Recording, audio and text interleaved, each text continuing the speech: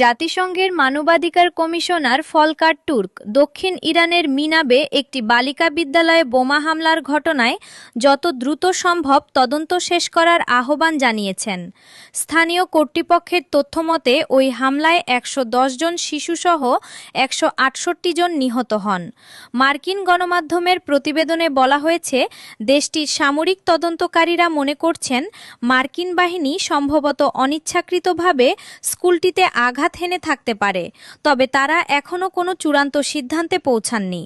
জাতিসংঘ মানবাধিকার পরিষদে সংঘাতকালীন শিশুদের সুরক্ষা বিষয়ক আলোচনায় তুর্ক বলেন, যারা হামলা চালিয়েছে তাদের ওপরই দ্রুত, নিরপেক্ষ, স্বচ্ছ ও পুঙ্খানুপুঙ্খ তদন্ত করে প্রকৃত ঘটনা উদ্ঘাটন এবং জবাবদিহিতা নিশ্চিতের দায়িত্ব বর্তায়। ফ্রান্সের সশস্ত্র বাহিনী বিষয়ক মন্ত্রী ক্যাথরিন ভত্রা বলেছেন, যুক্তরাষ্ট্র ইসরায়েলের সঙ্গে ইরানের চলমান যুদ্ধে ফ্রান্সের অবস্থান পুরোপুরি প্রতিরক্ষামূলক। ভত্রা জানান, মধ্যপ্রাচ্যে ফ্রান্সের কৌশল মূলত কূটনৈতিক পথ অনুসরণ করে, যাতে অঞ্চলে উত্তেজনা আরও না বাড়ে। সি নিউজকে দেওয়া সাক্ষাৎকারে তিনি একথা বলেন। হরমুজ প্রণালীর অবরোধ প্রসঙ্গে তিনি বলেন, আমাদের লক্ষ্য এই কূটনৈতিক উদ্যোগী, যা একমাত্র শান্তি ফিরিয়ে আনার নিশ্চয়তা দিতে পারে। অনেক দেশ এতে উদ্বিগ্ন এবং একটি সমাধান খুঁজে বের করা অত্যন্ত জরুরি।